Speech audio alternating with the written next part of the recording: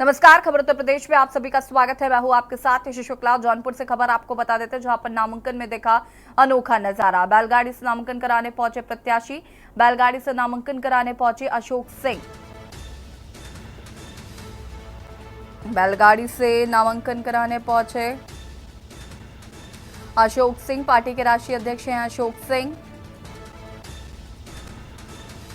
Party के राष्ट्रीय अध्यक्ष हैं अशोक सिंह।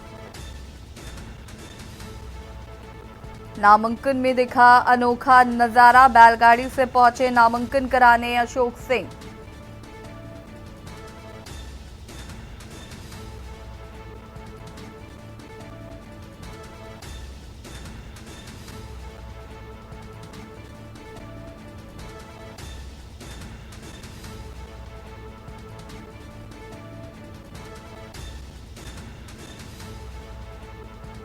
बैलगाड़ी से नामांकन कराने पहुंचे अशोक सिंह। ये तस्वीरें आपको हम दिखा रहे हैं। अनोखा नजारा देखने को मिला। इस वक्त हम कलेक्ट्रेट परिसर में मौजूद हैं। हमारे साथ समाज विकास क्रांति पार्टी के राष्ट्रीय अध्यक्ष अशोक सिंह जी हैं। हम उनसे जानेंगे कि आज आपने नामांकन किया है, किस प्रकार से अपना नामांकन किया है और क्या मुद्दों को लेकर के जनता के बीच में जा रहे हैं। मैं मुद्दों को लेके जा रहा हूं। सब लोग वही पूछ रहे हैं कि जो बाकी कैंडिडेट है उनसे कैसे सामना करोगे। मैं आपको बताना चाहूंगा कि कांग्रेस का घोटालाबाज भारतीय जनता पार्टी का टिकट लेके आया है वो हारने वाला है। बुरी तरह से घोटाला किया है उसने पूरे महाराष्ट्र में। होम मिनिस्टर रहने के बावजूद भी अब उसकी घोटालेबाजी जौनपुर में नहीं चलेगी। आपका दूसरा प्रश्न होगा कि बाबू सिंह कुशवाहा आए हैं। बाबू सिंह कुशवाहा ने बसपा में रखे घोटालाबाज, इसलिए कार पे लात मार के उनको निकाला गया है। मायावती जी निकाला है। अब यहाँ सभा में उनकी चलने वाली नहीं है।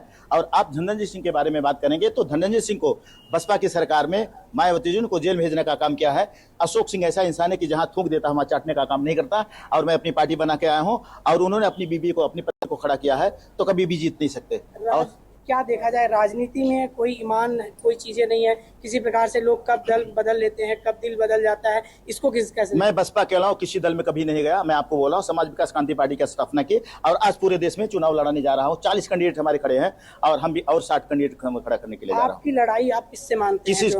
किसी से नहीं है। सब लोग मुझसे लड़ रहे हैं और मैं 75% जनता का मेरे पास भरोसा है। मैं उनका भरोसा जीत रहा हूं।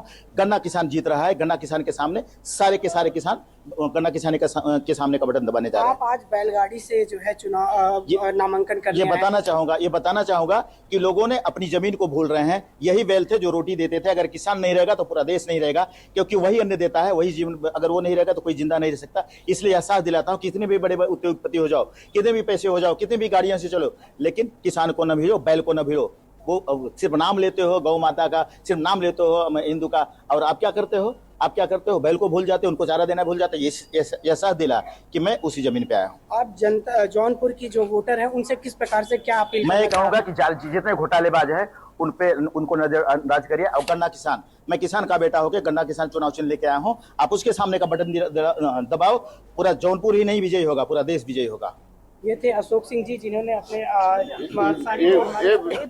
जी जिन्होंने जो है सभी हमारे प्रश्नों का जवाब बड़ी बेवकूफी से दिया। इन्होंने कहा कि किसानों के हक की लड़ाई लड़ेंगे। हमारा चुनाव चिन्ह गन्ना का किसान है। तो वे कहीं ना कहीं किसानों के जो एमएसपी देने की बात कही जाती है सरकार के द्वारा, ये उसको नहीं दिया जाता। ये किसानों की लड़ाई लड़ने के लिए जो है ये चुनाव में आए हैं। और अगर इनको जौनपुर की जनता इन्हें अपना सांसद बना के भेजती है तो ये कहीं ना कहीं जौनपुर की जनता के लिए, किसानों के लिए के हक की लड़ाई लड़ेंगे और किसानों के जो फायदे उनको दिला सकते हैं। अपनी निधि से भी कहा कि हमें अपनी, अगर मुझे सांसद बनाते तो मैं अपने निधि को जो है किसानों को देने का काम करेंगे। कैमरामैन सरस के साथ अजय, के न्यूज, जौनपुर।